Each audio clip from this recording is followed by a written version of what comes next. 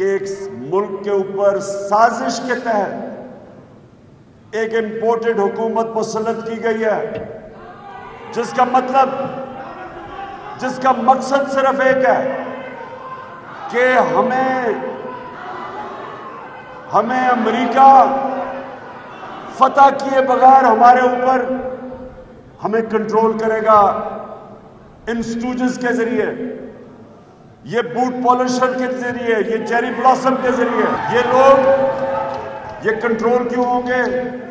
کیونکہ ان کا پیسہ، ان کی جائیداد، بڑے بڑے محلات ان کے ملک سے باہر ہیں، اور یہ اس کی وجہ سے یہ اپنی چوری کے پیسے کو بچانے کے لیے یہ سارے ملک کو غلام بنا دیں گے۔ فیصلے ہمارے ملک کی بہتری کے لیے نہیں کریں گے۔ ہمارے ملک کو جو مشکلات کا سامنا کرنا پڑا صرف اس وجہ سے کہ جو ہمارا ملک کا سربراہ تھا اس نے اپنے ملک کی مفادات کے لیے فیصلے نہیں کیے، اپنے ملک کو قربان کیا کسی اور ملک کی فورن پالیسی کے لیے، فائدے کے لیے۔ اس لیے آج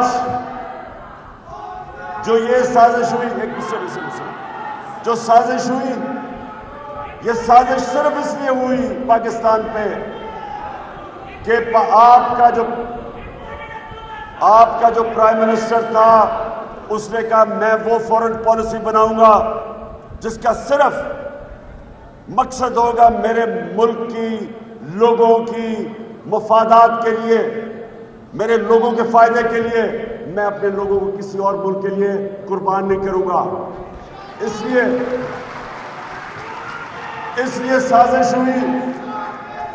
اور سنیں، ایک منٹ سنو، ایک منٹ دیکھو، سنو، اگر آپ مجھے تقریر نہیں کرنے دیں گے اور نعرے مارتے رہیں گے تو آپ پیغام کیسے لے کے جائیں گے لوگوں کے پاس؟ اب آپ نے غور سے سننا جو میں نے آپ کو پیغام دینا ہے، کیونکہ میں چاہتا ہوں کہ کم از کم 20 لاکھ لوگ اسلام آباد میں پہنچے جب میں کال دوں گا۔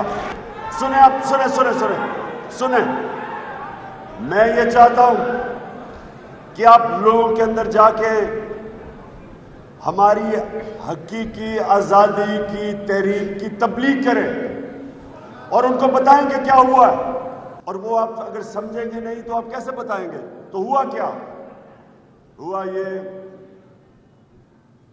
کہ انہوں نے باہر سازش بنائی، اس کے اندر یہاں کے میر جعفر اور میر صادق کو ساتھ ملایا، ان کے ساتھ مل کے انہوں نے پلان کیا